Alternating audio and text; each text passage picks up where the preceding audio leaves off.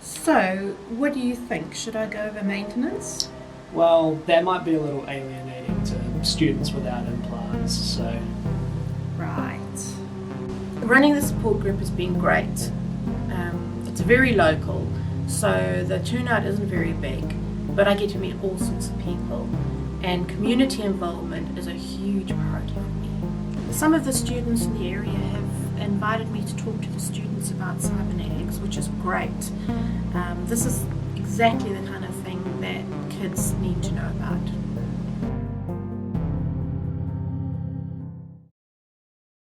I believe this happened when I was 7.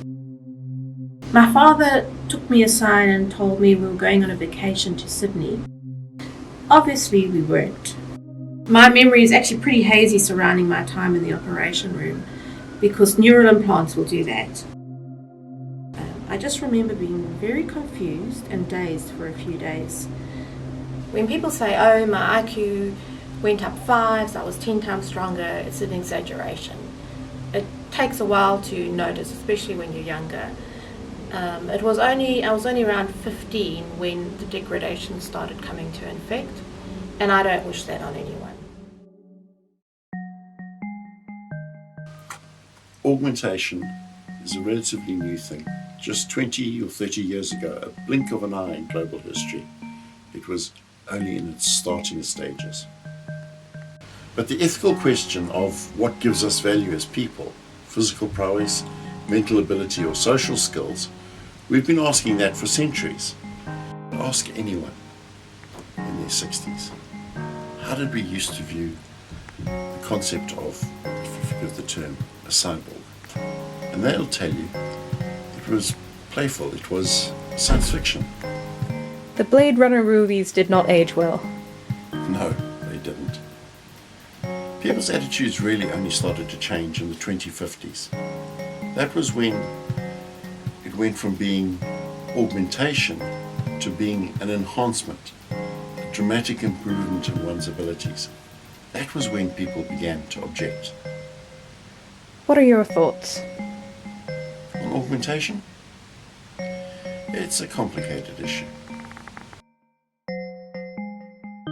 I guess I found an outlet in creativity, because it's the one thing they can't take away from me.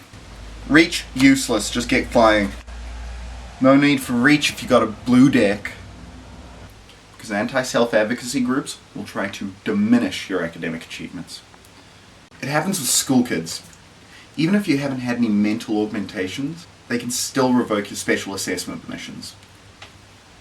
I cannot count the number of times I've been to job interviews and been turned down. Just, you're perfectly good for us, you've got everything we need, but we've seen your medical records. No cyborgs. A lot of people have an issue with you calling yourself that. Tough shit. Amputees have been using that word since the 20s. Wasn't a big deal back then. Why do you think you'll make a good candidate for the Wellington Cybernetics Department? Well, because I'm a firm believer that it's up to the individual to decide what's right for them. Because I've got a solid plan to eliminate legal cybernetics in the next 10 years. And do you think the rest of the world should follow suit? Definitely.